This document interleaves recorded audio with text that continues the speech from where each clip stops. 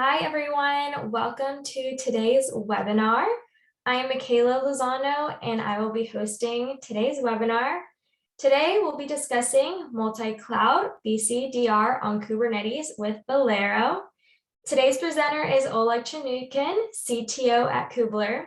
If you have any questions during the webinar, please post them in the chat. At the end of the webinar, we'll be answering all of your questions. We're so happy you could join us today. And with that being said, let's go ahead and get started. Yes, hello. Thank you, Michaela, for the introduction. And thank you, everyone, for joining the webinar today. My name is Oleg Chunikin. I'm a CTO at a company called Kublr. We work on a Kubernetes management platform, enterprise Kubernetes management platform. And as a part of our work with our customers, what we often see is that having great tools to manage your Kubernetes clusters is just part of the problem. So you, of course, need to make sure that you can be future ready with your Kubernetes strategy, with your cloud native strategy, be able to support both developers and IT operations team, provide required business requirements, business capabilities on the platform level, like security, reliability, etc., etc. But having implemented all that with a tool, so either with cloud tools or with standalone tools like Kublr, for example, that includes a number of operational and security and governance components needed to manage Kubernetes cluster. So after you have all that, assuming you have all that, the second big barrier to Kubernetes and cloud native architecture adoption is, of course, the knowledge of Kubernetes and the expertise. So what to do with it, how to make sure that it does what you need. And this is why we, Kublr, run a series of webinars that talk about basic Kubernetes capabilities. You may find on our website webinars like Kubernetes Ingress 101, Kubernetes Networking 101, scheduling, persistence management, etc., etc. So, this webinar is going to talk about a specific use case. So BCDR, backup and disaster recovery, is a very important topic when we are thinking about real production deployment and enterprise deployment of cloud native and business applications on Kubernetes. So today I'm going to talk about tools available in Kubernetes and in a wider, essentially, space of cloud native open source tools that will help you set up a production ready, production grade BCDR strategy in your Kubernetes clusters with a multi-cloud twist, and essentially, and this is one of the barriers on the way of cloud native adoption as well, is bringing everything together, so to say. So you may be well acquainted with Kubernetes in general. You played with a kind or Minikube cluster on your local machine and you know how to deploy applications. You may be familiar with CI/CD approaches on Kubernetes. And you may know how to deploy Kubernetes into AWS and Azure, but then how to bring it all together in a scalable fashion. So when you have several clouds, when you have requirements to run it on AWS, on Azure, and in your data center, how to make sure that on one hand you don't overcomplicate your architecture, and on the other hand you don't limit yourself too early, make your make your architecture inflexible and rigid in a sense that would prevent you from adopting new business requirements. So this is an important problem. And this presentation is aiming, or this demo is aiming to bridge this gap to a degree and to show how several technologies can work together, providing this reliable BCDR strategy in a multi-cloud environment. So mainly what I'm going to do, so first of all, it is more a demo than a presentation. So I'm going to go through an actual environment which I deployed using Kublr. So I have a couple of clusters deployed for this demo specifically, one cluster running on AWS and one cluster running on Azure. So I used Kublr to deploy those clusters, but those are pretty standard generic Kubernetes clusters. We use vanilla Kubernetes components to deploy Kubernetes in different clouds. So whatever we are talking today will be applicable 99% to pretty much any other cluster or tool you use to manage Kubernetes. So we have this demo flow documented on our GitHub in a project called GitHub Kublr BCDR demo, and it's included in the presentation. The presentation will be published after we run this webinar. Usually we publish all our presentations either on our website or on a SlideShare account. So, and I'll run through this demo, maybe skipping some of the more longish and more boring steps. But you can just check out this project and repeat this demo for yourself and adjust it for your specific use case, for your environment, and use parts of this demo and code available there in your projects or environments. So as a part of this demo, we are going to deploy Streamzy operator and RBCD tool for continuous deployment on Kubernetes. And this will give us a chance to talk about a concept of operator 2. Using those operators, we'll deploy a stateful Kafka application and a stateless application as an examples, and then we'll use Velero to back those stateful applications completely together with their operators, break them, and then restore them. And because some of the operations will take some time, we'll use that time to talk about Velero architecture, how Kubernetes abstracts various cloud elements and resources and things like that. So without further ado, let's start. And so what I already talked about.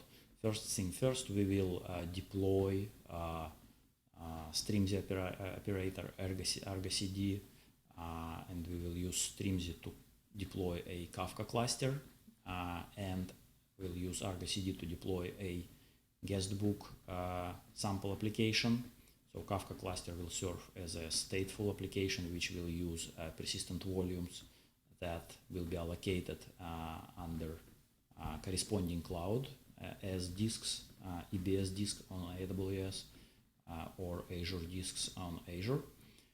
So and then we'll use Velero to back them up and restore. And Velero will use of course also cloud capabilities to create disk snapshots, and it will use corresponding cloud storage, S3 for AWS or Azure storage account on Azure to store meta information and general backup information. So this is a cloud specific diagram that shows what we are going to deploy. So let's start. So and we'll start with, so I have already a lot of prerequisites configured here. So I won't have, for example, to create the clusters because they are already created through Kublr, I have my console environment configured. We can check that it works. So I have kubeconfig files configured for both of the clusters with different contexts. And as you can guess, context named Z is used for Azure cluster. You can see it has Azure specific node names, and context named W is used for AWS cluster. And you can see AWS nodes have also very characteristic names. So, and first thing, what we'll do, we'll deploy a Streamzy operator. So we'll switch between context from time to time. Deploying Streamzy operator is exactly the same in AWS cluster and in Azure cluster. So we'll just use Helm package. So let's deploy it to AWS cluster.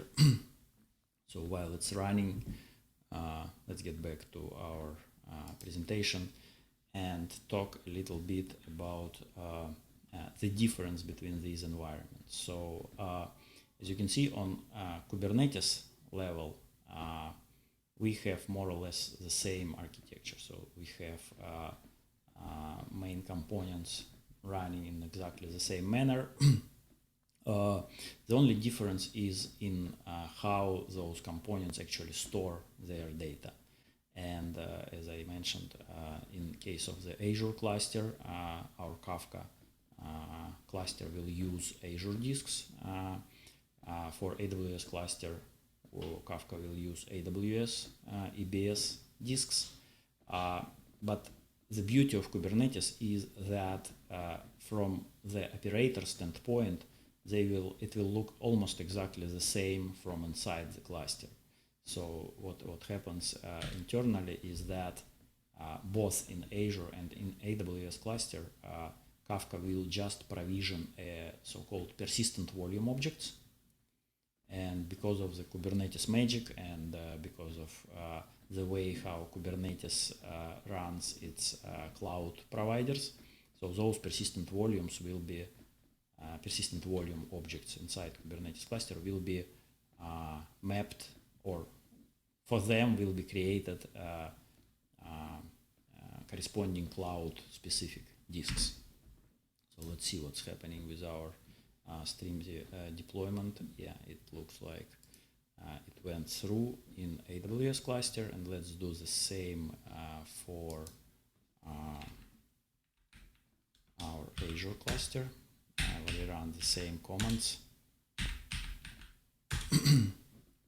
And we can check what's happening in our clusters using Kubernetes dashboard. So I'm just navigating to our cluster in Kublr user interface and opening dashboard, Kubernetes dashboard in each of these clusters. So here's our AWS cluster, and let's check. We already have Streamzy namespace, and we have Kafka namespace that we have just created. And if we check pods in those namespaces, we will notice that Streamzy namespace runs already a pod called Streamzy cluster operator, and Kafka is empty for now. That's because we haven't yet deployed the cluster.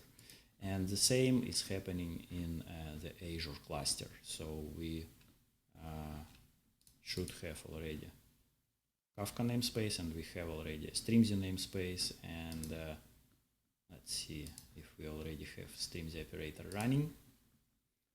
Not yet, but oh, yeah, we do.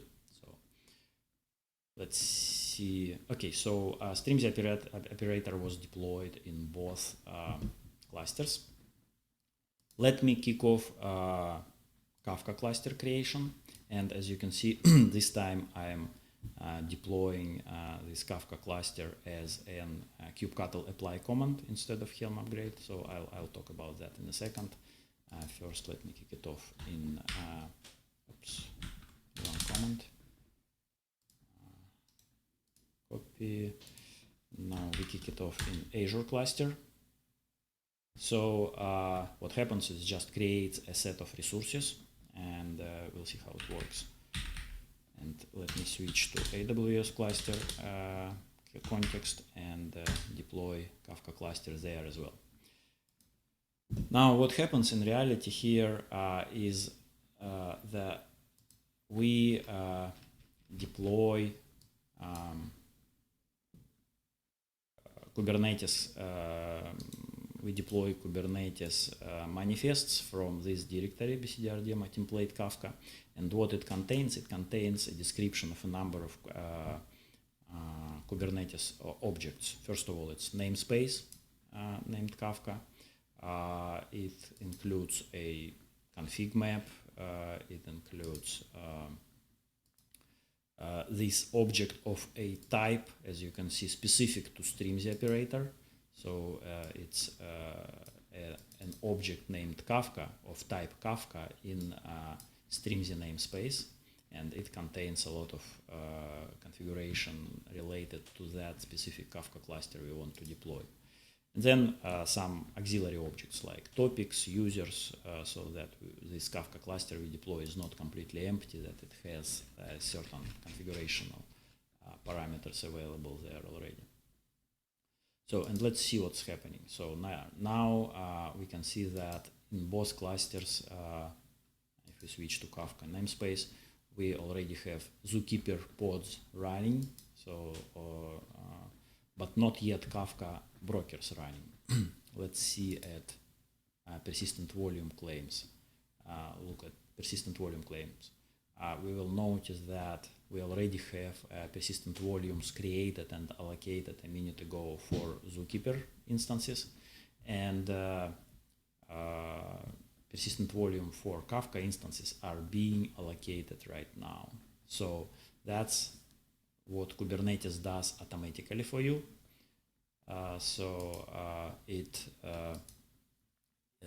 You can just so persistent volume claims same works in Azure.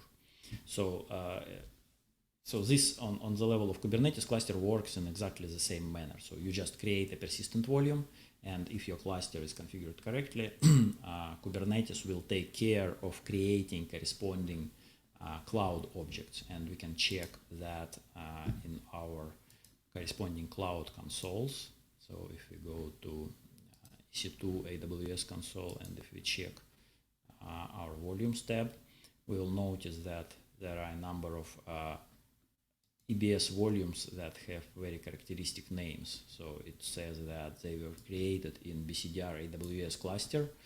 It was a dynamic allocation, and each of those EBS was allocated for a specific persistent volume claim. And the same is happening in our Azure cloud. So we will find our Azure cluster resource group. Where is it? Here is this BCDR AZR, and here we will see a number of disks. Each of those disks is created for a specific persistent volume claim. So it may take a bit longer for some clouds, so it all depends on the cloud, so the way it works and how fast it happens, but it will happen eventually. So eventually those persistent volumes will be allocated, attached to corresponding nodes, and given to corresponding pods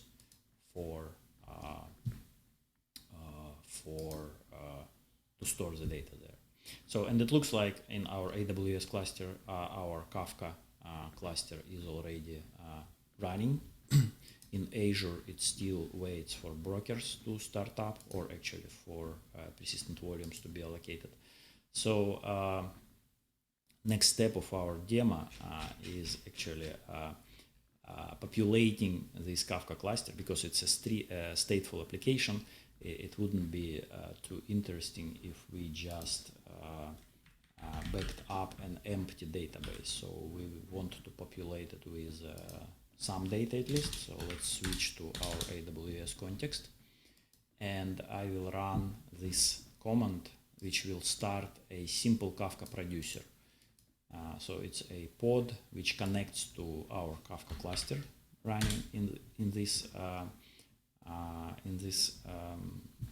cluster, and we can see this pod starting in our console. So here it is. Kafka Producer has just been started, and there we can just enter. So it's a simple demo producer where you can enter lines, and it will send them as messages. So then clicking Ctrl D will stop the producer, and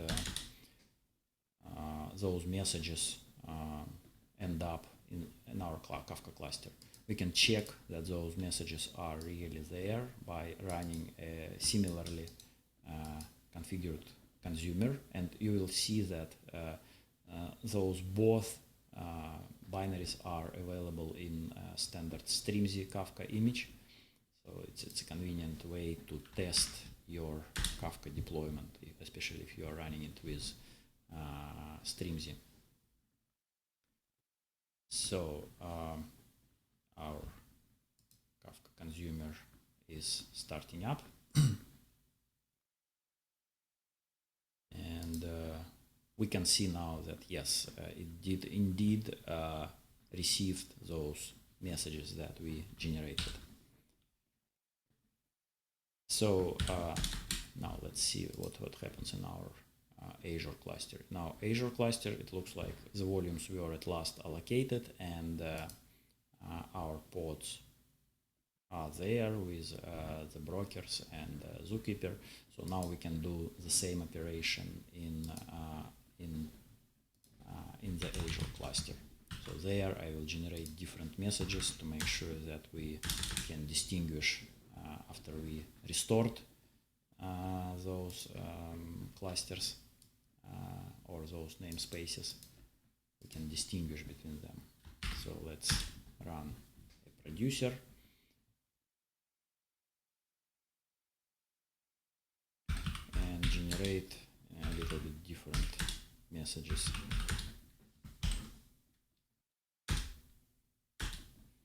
Here we are.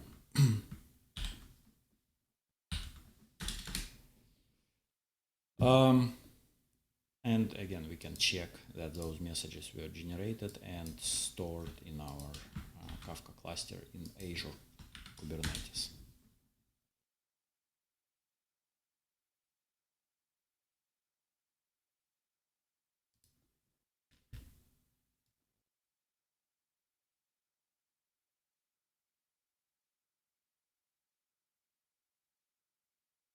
Okay, yeah, now we can see that those pods worked and the messages are there. I want to also clean up after, so to remove those pods. So I will remove Kafka consumer and Kafka producer in both clusters.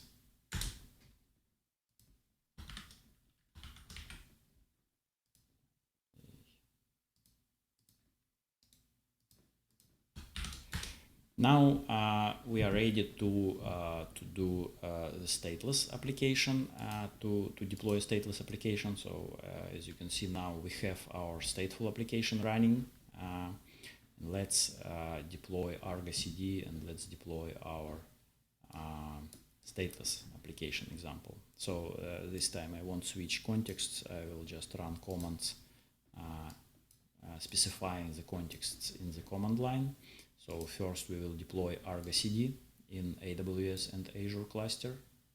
Let me run them all in one go. There we go. So it creates a namespace, it deploys the RBCD objects. This is a standard way to deploy RBCD that is documented on RBCD website. Now, did it really run through? Yes, so I suppose we now should have namespaces for RBCD in both clusters.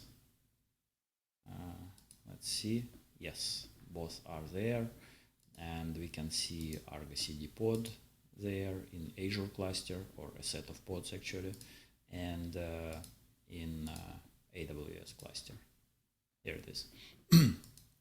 And our next step, so we need to connect to RBCD and see that it's actually running. So here again, very simplistic demo. So we will just use port forwarding into each of these clusters to expose the interface to our local machine. But in real life, in real production, we will probably use ingress rules to expose RBCD user interface and maybe some kind of enterprise authentication. So here I'm just running a port forwarding on different ports into each of the clusters that will show me RBCD. So, but before I can connect to RBCD through UI, I will also need to get the passwords automatically generated when the RBCD was deployed. So here they are. So I'll save it in my notepad. Oops. A second.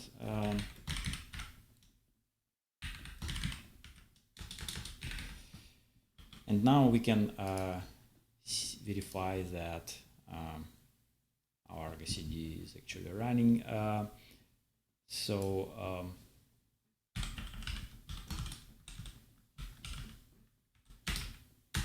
Port 8081.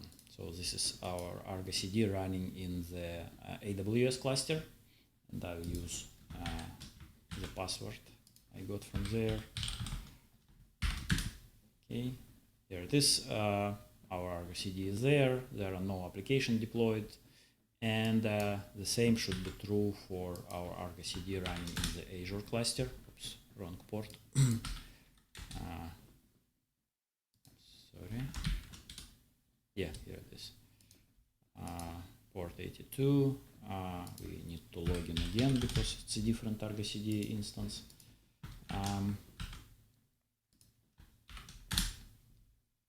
Here it is, so empty RBCD. I will only use this one because RBCD has a quirk if it's running on the same IP address, because it's forwarded to the same IP address. I would have to authenticate in each one of them when switching. So authenticating in a different instance of RBCD breaks your authentication in the previous instance. So I'll just use one running in the Azure cluster. Now, as we have logged into UI, we also need to log in RBCD CLI tool, because we will deploy applications using RBCD CLI. Here we go. The first one, AWS, and the Azure one.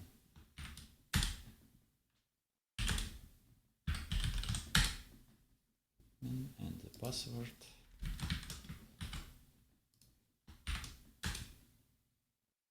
Okay, so and let's use our CLI, RBCD CLI, to deploy an application. And we are using just the standard RBCD example application running, or not running, but published on RBCD GitHub project. So, and it's two RBCD commands. So first of all, okay, we need to set context to our AWS cluster first, and then we run this RBCD command, which first creates application and then tells RBCD to synchronize it with the cluster. And synchronizing means actually, well, deploying it. So, and we can watch how it looks in the cluster. So in the cluster, RBCD created the namespace for that guestbook application and has already created the pod running there. And it reports it to us in the command line. So we can do the same on Azure, so switching RBCD context to Azure cluster. Now creating the application. So we can see how it looks in user interface, and yes, user interface of RBCD shows us that, hey, application was created, but it's out of sync yet. It's not really deployed in our cluster, so you don't see a guestbook namespace here yet. So, but as soon as we tell RBCD to synchronize this application, you will notice that, hey, it started syncing. It deploys application objects, and when it sees that all application objects are ready, it shows you that the application is ready and running.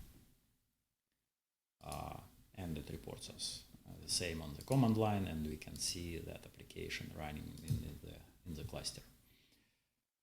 So our next step is to prepare Velero backup. And to prepare Velero backup, we need to go a little bit beyond our cluster. So if you remember our presentation slide, so for Velero, we need to provide some kind of storage where Velero will store meta information and about backups, well, and actual backups in some cases. And for Azure, this kind of, it can be actually any kind of storage in any type of the cluster. We could use S3 bucket for Azure cluster, or Azure storage for AWS cluster, etc., etc. I just decided to go with native type of storage for each of the clusters. So you need to create that storage account for Azure and S3 bucket for Kubernetes, and then when you deploy Velero, you tell Velero that, hey, this is your default storage for backups. After you deployed Velero, you can also specify additional storages. So every backup you run with Velero, you can point it at specific storage that you want to use for that backup. But for initial deployment, you have to specify this default storage for Velero. And our demo project describes how you can create that storage account for Azure, and also how you can create that S3 bucket for AWS, and then how you configure Velero and deploy it in corresponding cluster. So I have already created those storages for S3. I have S3 bucket for AWS cluster where we will keep backups, and I have an storage account in a different resource group for Velero backups. So here is the storage account. So I only need to deploy Velero with this initial configuration. So first, oops, I can run command. Let me copy it here. So this is how we deploy Velero for Azure. So we use a Helm method, so Helm package, and as parameters of this Helm package, we specify essentially which storage should be used as a default one. So it will take a few seconds before it creates all the required objects for Velero. We can see that we already have a Velero namespace there, and Velero is being started by this Helm package. So, and as soon as this Helm package deployment is complete, we'll do the same for AWS cluster. And while it's running, let's take a look at how Velero works actually. So it did deploy Velero to AWS cluster. Let's do the same. For Azure cluster, let's do the same for AWS cluster.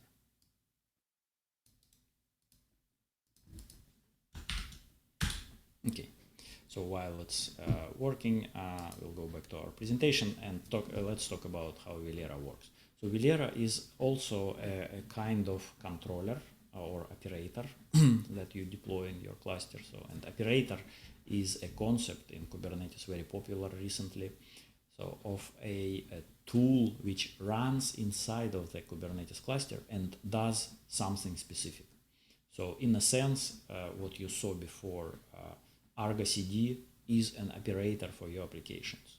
So you tell RBCD, hey, I want my applications be deployed and be at the most recent version, for example, in this namespace. And RBCD will watch your GitHub, for example, GitHub project, and as soon as it is updated, it will redeploy your application. So this is purely operator philosophy. Streamzy is another example of operator. You deploy Streamzy as an pod that watches for a specific type of objects, resources in Kubernetes cluster, and as soon as it sees a resource named Kafka cluster with Kafka cluster parameters, it starts deploying its pods, its persistent volumes, etc., etc. And if you change that object, it will reconfigure your Kafka cluster. So that's again operator. So Velero does the same for your backups. So when you just started Velero, it just hangs there, doesn't do anything. So, but if you want to start a backup process, you create a new backup object, and Velero, feeling that a new object was created, uses it to get backup parameters. Then it processes namespaces specified in that backup object, exports all their Kubernetes objects through Kubernetes API. If that namespace or application in that namespace uses persistent volumes, it creates snapshots for those persistent volumes if it's supported by corresponding cloud and type of the persistent volume. And then it essentially archives all this information and with snapshot meta information and stores it in the provided storage. And as a last step, it saves the results in the backup object status field. So let's see if Velero, Velero was deployed now it's in both of our clusters. So let's see it in action. So first we'll run a backup for our Kafka cluster. And as you can see, in the simplest case, it's just you create a new backup object, and you just specify what namespace to include, and the rest is Velero's responsibility. And similarly, we will also create a backup which includes RBCD and guestbook namespaces. So as you can see, we backup both an operator for our application, RBCD, and an application itself. So let's do just that, and I'll do that again first in AWS cluster and then in Azure cluster. Going to AWS cluster, and we are backing up Kafka first.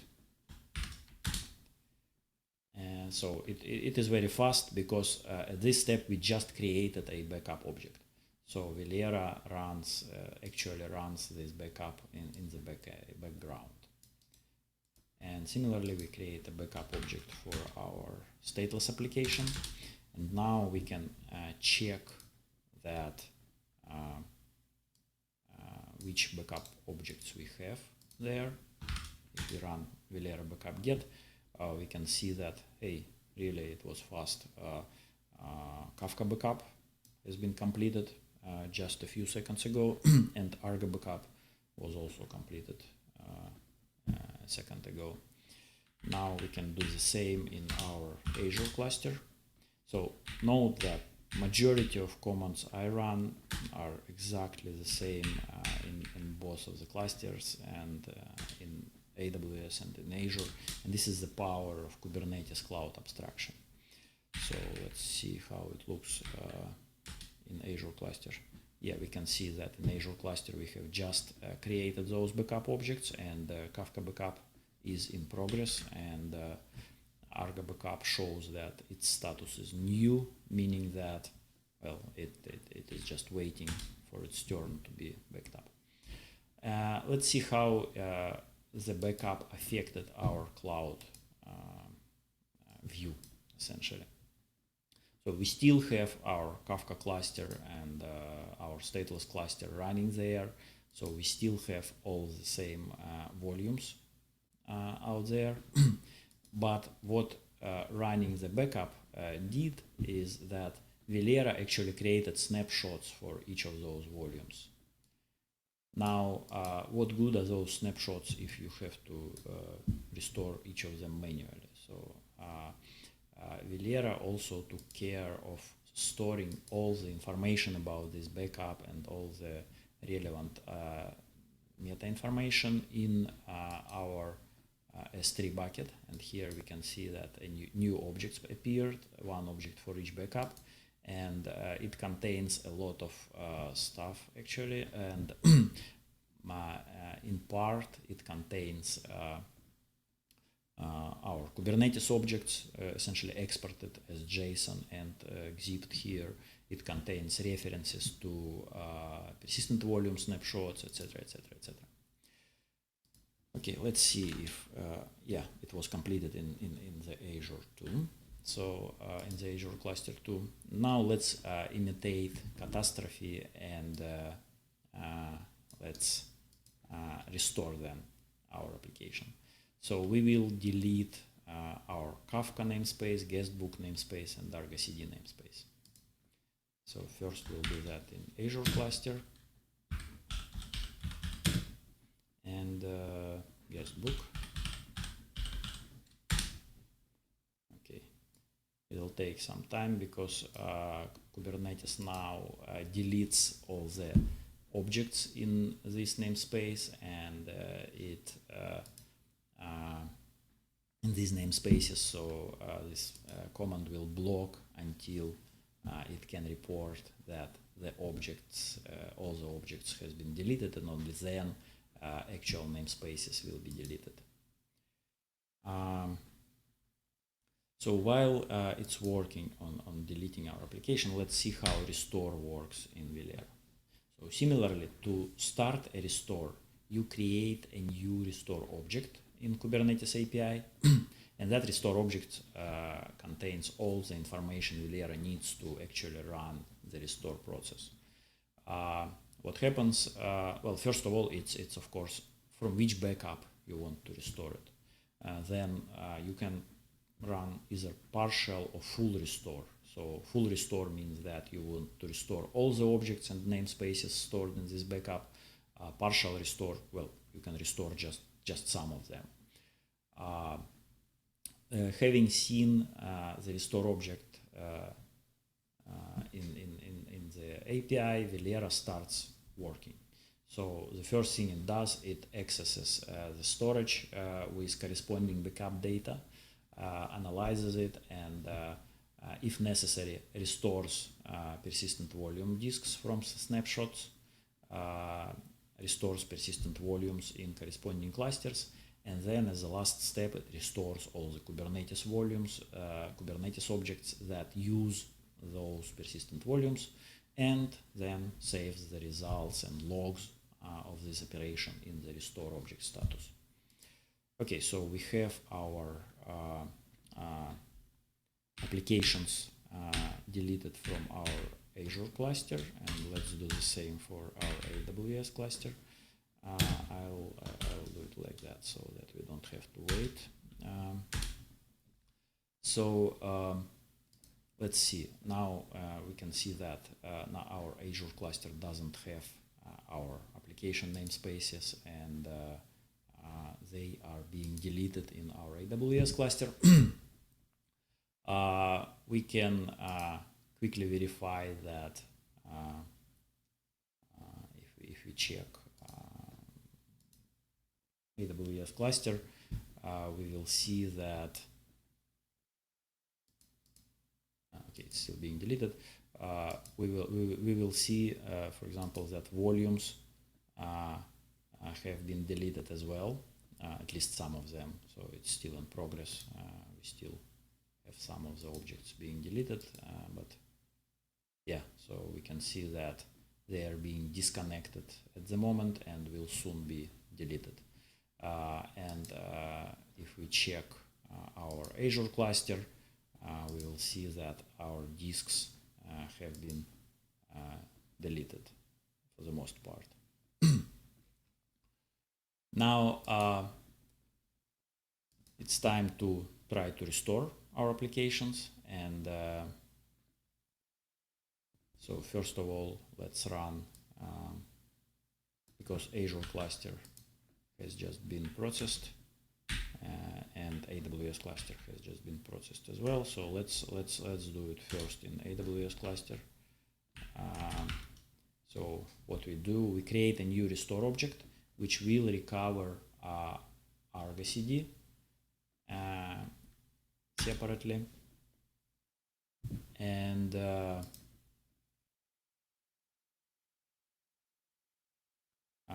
we can restore separately our guestbook namespace. Let's do this, and to save some time, I will also run Kafka restoration.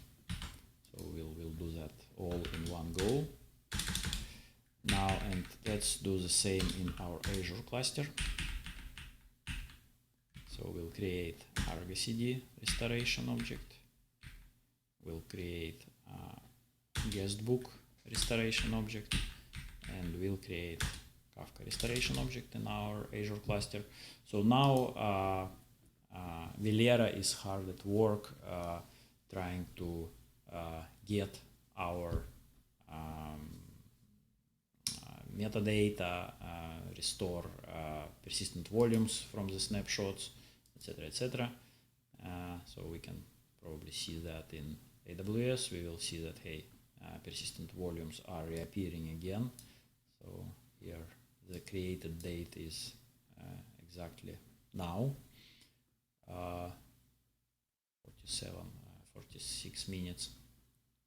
So, and we can watch essentially the progress. If we run Velero restore get, we will see that, okay, so a couple of restores has been completed already for RBCD, and that's logical because RBCD is a stateless app. Velero doesn't have to recreate the volumes, so RBCD stateless app can be restored very quickly. But Kafka restore takes a little bit more time and will still take a little bit more time because Velero first has to recover the persistent volumes. As you can see, it's working on it right now in Azure cluster, and I would expect that it's doing the same in AWS cluster. Yeah, in AWS cluster it has just been done. Has been just completed a minute ago. So now we can probably check pods for our Kafka cluster, and we can see that, hey, they has just started as well. So I think that now we can see what's happening with our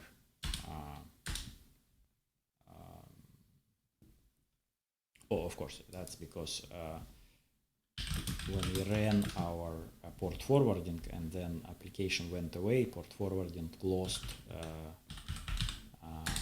connection. So we need to kill our port forwarding processes and restart them again. Let me do that. And then we can also verify that our Kafka application was actually restored with data, not just an empty cluster that has been restored. Let me see. Here it is. Here's our port forwarding commands.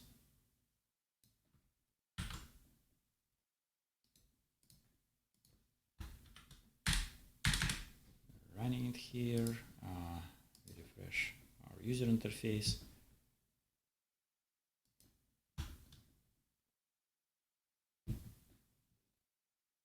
Okay. While we are waiting for our processes to complete, maybe we'll check how our Kafka was restored. And for that, we'll run a consumer application to verify that we can still see those messages that we sent into our Kafka cluster before the catastrophe. And while we are waiting for that, let's see some questions that were sent in the chat. Or actually, we can see that yes, really, indeed, the Kafka restored in Azure cluster has all the same messages we send there. So our data is safe. I think that's the majority of the presentation.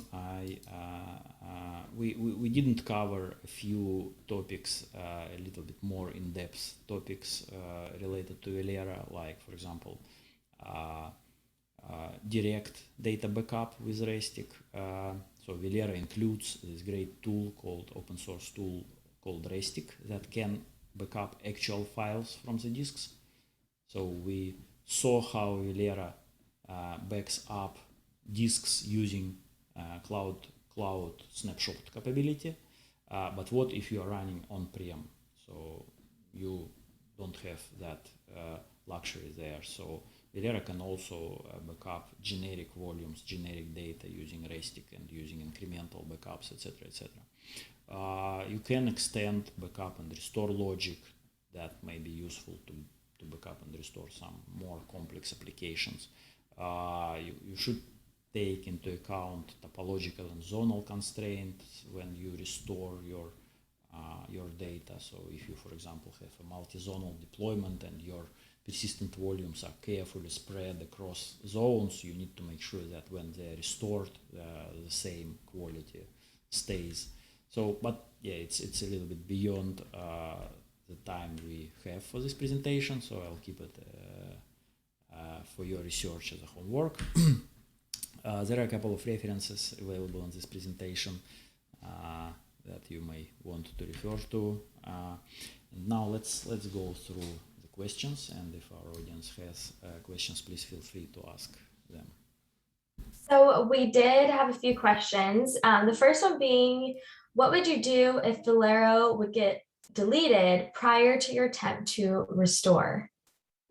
You would first redeploy Velero. So, and it's actually a very good question, because Velero is not only a big backup tool and restore tool for a cluster which is healthy.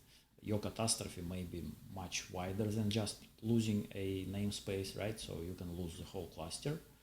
So, and what happens then? You would just create a new, fresh Kubernetes cluster.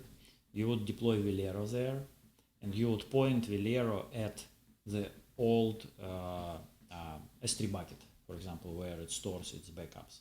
So Velero would then list those backups and synchronize them. It would recreate backup objects in the Kubernetes API. So, and then you will be able to create a new restore object. So Velero will restore an application that was actually running in the different cluster before, but now and you can move that. You can use that to move applications between clusters as well.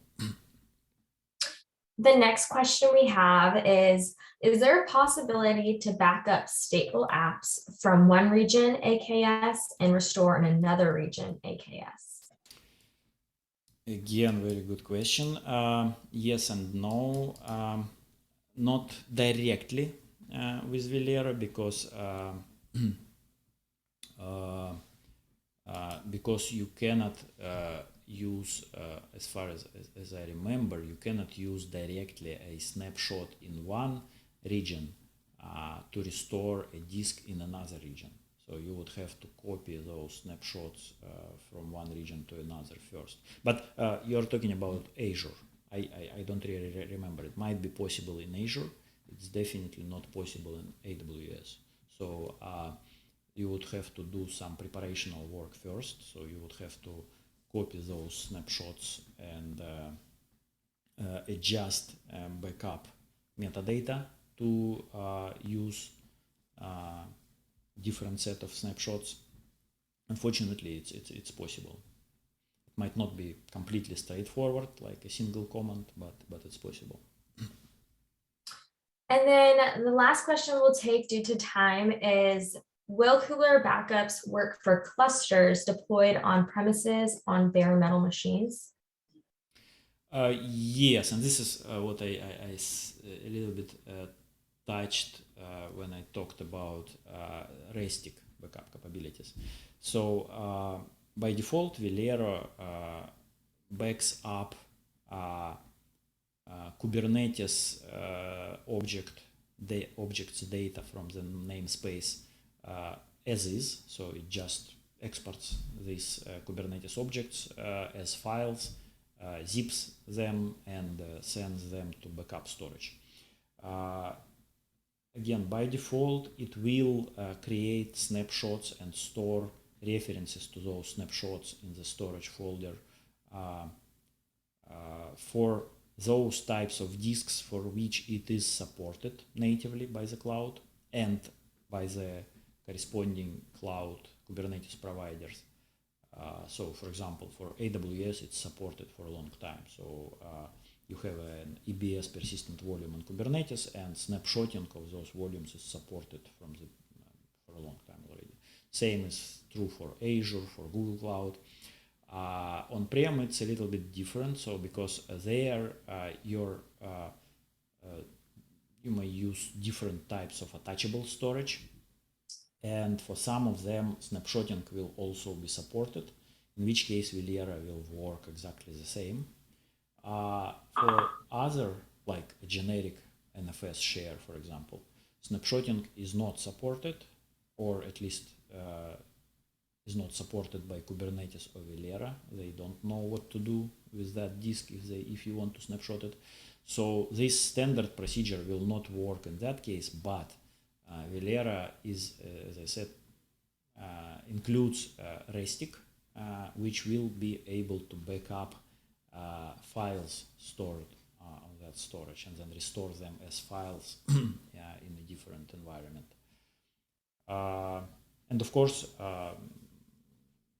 Kubernetes has that great flexibility and a lot of different storage providers that allow you to achieve the same behavior with many types of attachable storage, even on bare metal environments.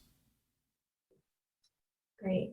Unfortunately, due to time, we will not be able to answer any questions. However, I will reach out, Oleg and I will reach out to everyone who did ask some questions that we didn't have time to answer. But we do want to thank you all for joining us today. We hope you found this webinar very informative. We are always looking for candid feedback and would so appreciate you answering a few survey questions. I provided the link to the survey in the chat. Again, thank you for attending today's webinar, and we hope to see you next month at our new webinar that we will be hosting. All right, have a great day, everyone. And again, the survey link is in the chat. Thank you for joining. Thank you, Michaela. You're welcome. Have a good day, everyone. Bye. Bye.